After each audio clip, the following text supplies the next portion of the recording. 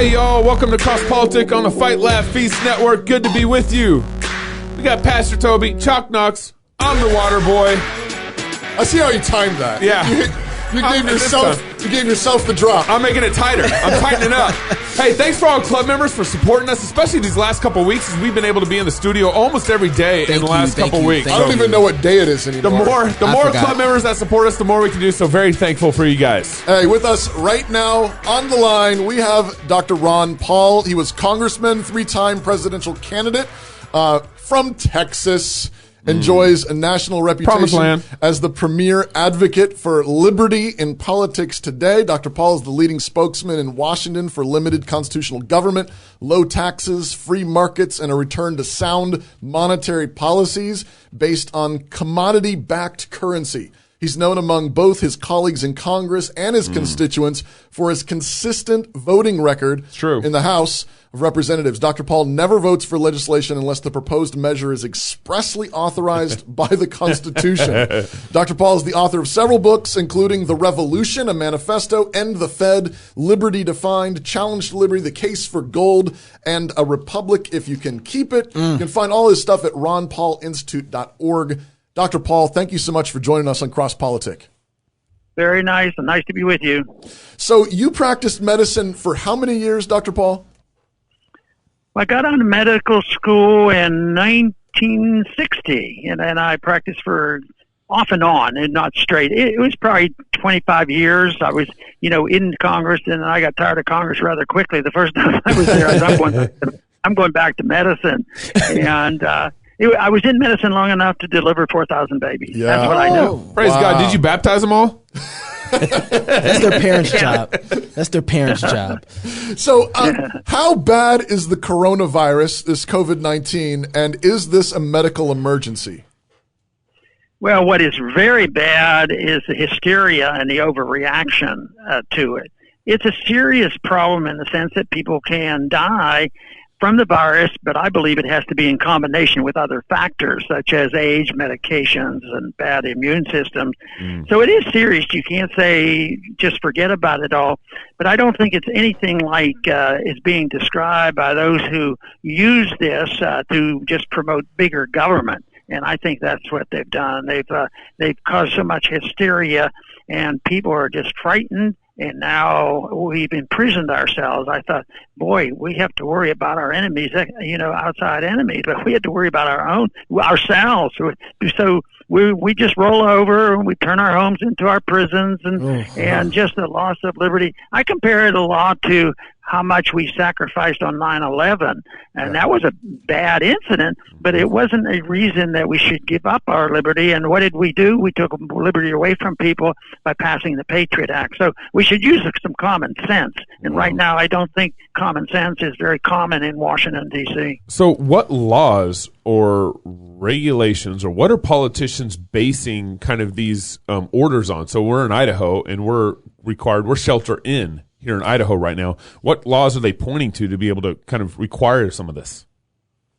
Well, that's really in much confusion right now because we have the federal government doing mandates. At the same time, we have state governments doing it and say that they can write these rules and regulations. But the overriding principle of using force to tell people what to do for their own good. You can't make people safe from themselves. So if you don't eat right and you do a lot of harm to yourself, and then you get something that is rather mild and you get much sicker, you can hardly regulate that because it has to do with the individual and that person's own habits. But it's way out of control. I would say that you don't read much in the Constitution about a direction for our country under the circumstances of people being sick. And there were epidemics and things in our early history and throughout all history, but that wasn't part of it. It was designed for people to take care of themselves and local government, local churches, and voluntarism. And I think that's the one thing is taking away liberty for your good. I'm opposed to. And if there has to be something, and there's a little bit of that going on now, there have been some voluntary programs that people say, well, maybe we ought to do this and that. But when it comes to the government, they make one statement, and if it's wrong, it does more harm. And I think one thing that they're doing from a medical viewpoint is terrible, and that is get in your house and close the doors. Don't dare get in the sunlight. And yet sunlight might be one of the best things that we could vitamin do. D, right. Yeah, that's right. But so that's why you don't want the bureaucrats making these decisions. And I think most people would do what's best in their own interest and what's good for their families. And if you need more help, of course, the Christian approach to that is the helping our fellow man. We should be taking and be responsible to our families, but also to the people that surround us and we live together. But somebody in Idaho shouldn't be telling people in New York City, we're going to write the laws, nor should the people in New York City be telling you what you should do to combat any fear that you might have because of infections that are circulating. Dr. Paul, I have been busting my head trying to get my head around this the modeling of some of the coronavirus. The information continues to change. I think we're getting more information as time goes on. And as you see, I just read an article the other day that says there are more people who are dying from the coronavirus, but they really are dying with the coronavirus and not from it. And so how are we supposed to be looking at this right now? How do we synthesize information? Can you help us with that? Well, first we need to get rid of the bureaucracy because the bureaucracy is controlling this. So they say that, but it's a bureaucracy. It's not a medical decision. And you're absolutely right because it's hard to figure out. I don't believe many people get coronavirus and up and die, in the next week or 2 or 3 just because they had coronavirus. In order to prove that, you should, in medicine, especially if there was a legal matter, you have to do an autopsy. You have to find out. So, they did a swab, and we grew coronavirus. Well, that's a cold virus, and they vary, and some people get real sick from it, and some people don't get sick. So they don't measure the other factors. Is the patient taking a medication? What's the age of the patient? What are the habits of that patient? What's their immune system like? And what kind of tests were taken? I don't believe that the tests are worthwhile, totally, because there are so many and there's so many mistakes. There's a lot of negatives and false positives. Yep. I remember when I first went to Congress in '76, there was a swine flu, and Ford was president. It turned into political football, and he said, well, we got to stop this flu, and we have to have the whole country inoculated against this coming flu. And they had a bill come up, $137 million. That used to be a lot of money. And they said, we're going to inoculate everybody. And there were 2 of us that voted against it, and the other person was a doctor, that voted against it because we didn't think it was good constitutionally, but we didn't think it was good medicine either. And it turned out more people died from the vaccine than they did from the virus. Nobody died from the virus. And there were over 500 cases of Guillain-Barré syndrome, which is a deadly disease, a threatening disease. Most people do get over it.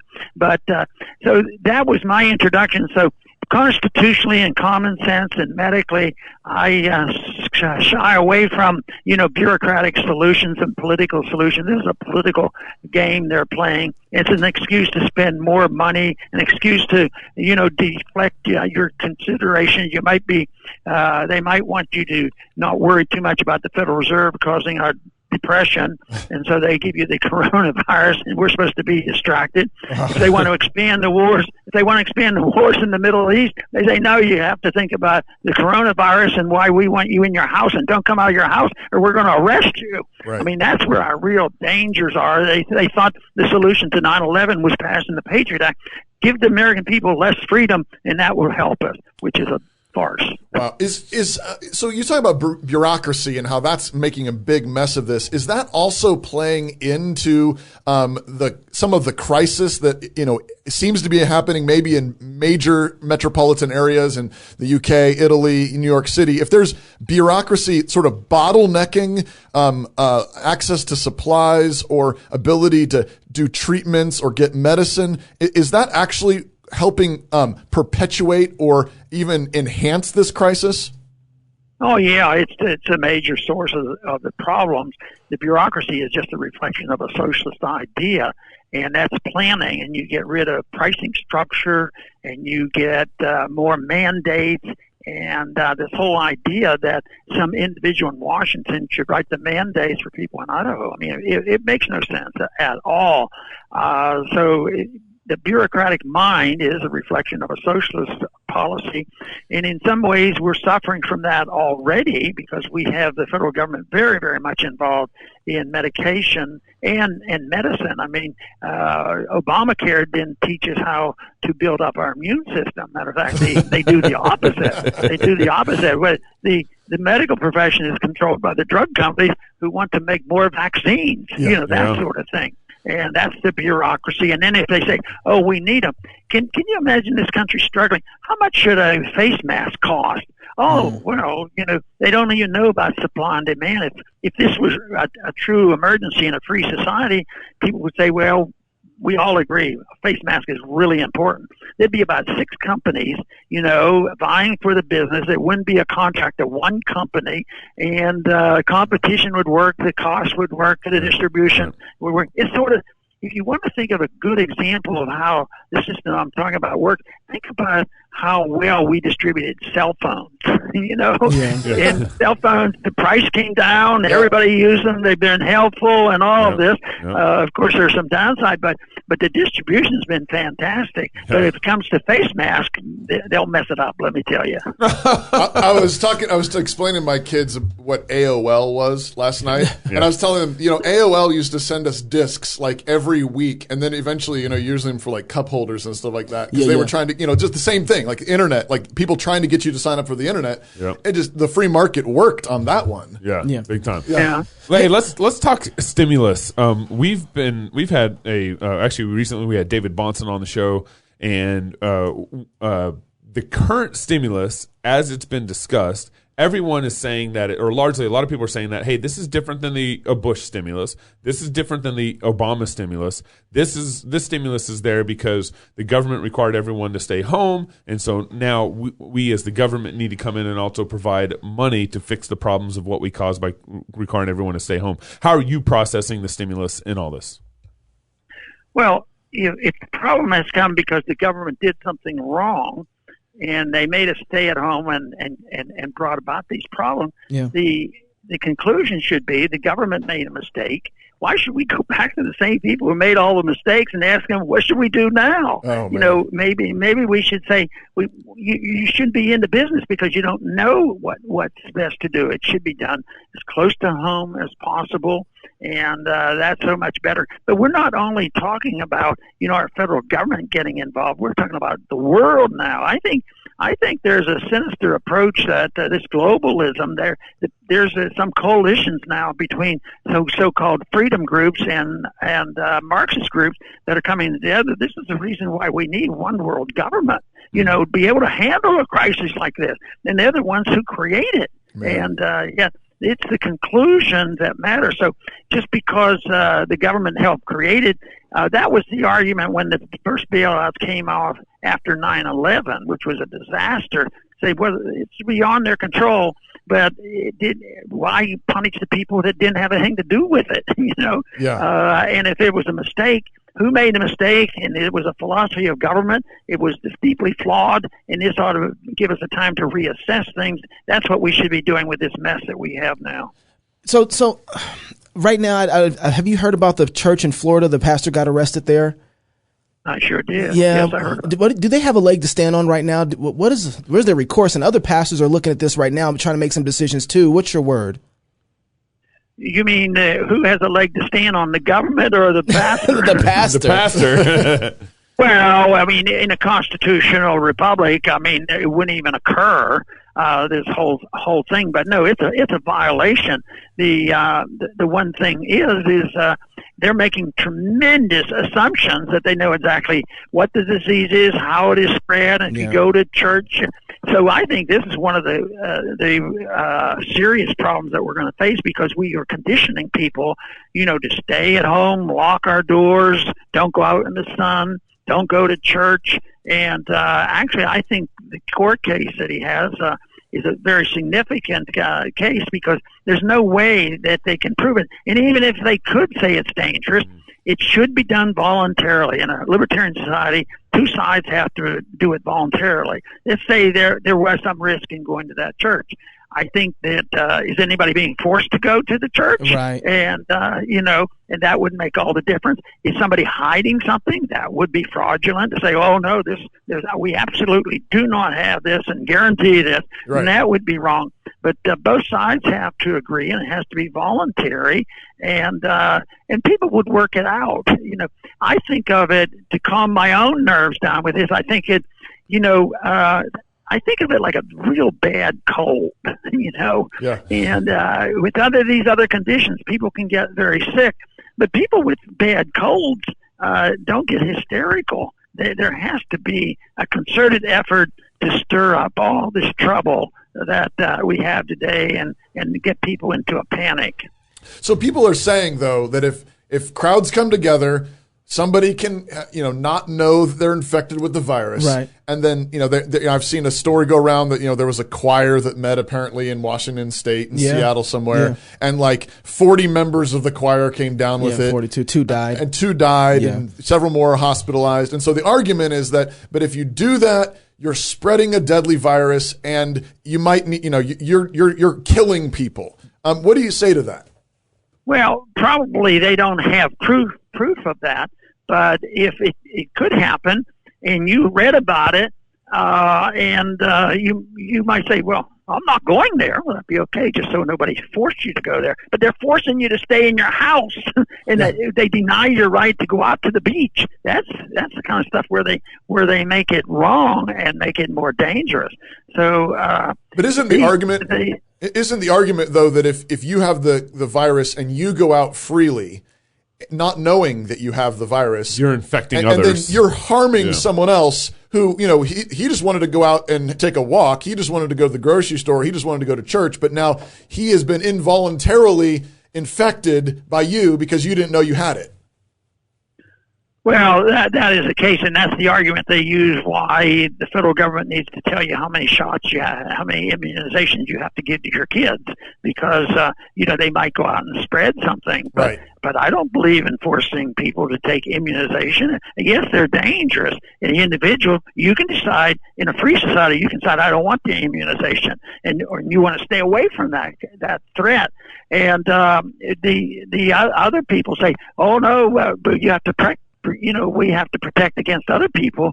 But the other people, if they have their, if they have their shots, if they had their immunization shot, well, that's all you have to do. You take it. How are you going to get infected? So if they didn't take it, they're taking their own risk. But this whole idea, and this is what's wrong with government, is that we can remove all risk from living, that any danger. And the purpose of government is not to have us live in a safe and secure environment that we're taken care of. That leads to all kinds of economic controls. There always has to be a safety net, and you just can't do it. This is the excuse for us policing the world, why we have to go to war, because we have to be safe. We have to be safe. And when the Patriot Act came up, people would, of course, I voted against it. They said, well, this is extreme, but we have to take care of ourselves. We have, some of my constituents say, we have to allow the government to do some things because we want to be safe. But if safety is the issue, they should control our education, our spiritual lives, everything else, if you want government to do it. And they do apply these rules to the government when the government becomes, the spiritual leaders. They become the dictators, and that's to me, I think, a serious threat. Dr. Paul, man, we could talk to you for. I know. There's a lot more. Ask him about 9. Oh yeah, no, I was going to. Okay, last question. Do it. Last question. Before 9/11, I could walk up right to the gate and sit down and say bye to the airport and say bye to my mom. After 9/11, we lost so many freedoms. We didn't even know we were going to lose them, but we were willing to give it up because of what happened. What do we look like now after COVID-19? Well, it's much worse. I mean, the thing after 9/11 was, we attacked the problem by taking away the freedom of law-abiding citizens, and it hasn't done a thing to make us safer. It made us less secure, and this same thing will happen. But hopefully we can wake up people and say, because we're at the end of the rope now, we're in the end of the rope financially, we can't continue to do this, and it's failing. And the job is, people like you and anybody who else will think about it, is to get people to think differently about the role of government. People should ask one major question: what should the role of government be in a free society? Oh, I don't want to live in a free society. Well, that's a different story. If you want to live in a free society, you have to define exactly. And the government should protect our liberties. Yeah. And that should be it. It shouldn't be to police the world. It shouldn't be telling us how we should spend our money. We should recognize that we have responsibilities for ourselves and our family. And the government shouldn't be involved in that. And all transactions shouldn't be regulated by the government. All transactions should be regulated by voluntarism. So there's a lot of risk made. You have to assume that risk. Everything you do, every time you spend your money or get involved in any social activity, there's always going to be a risk. But who's going to protect us? If we allow our government, which we have, but the government is going to protect us against ourselves, they will extend it like was indicated now after coronavirus. The assumption is we just lose more liberty. You cannot do that. We as individuals, if we understand it, have to protect ourselves and make our own choices. But when they want to make us safe and make regulations so that we're safe from ourselves, it just ends up in tyranny. Wow. Sir, I hope Rand is doing good.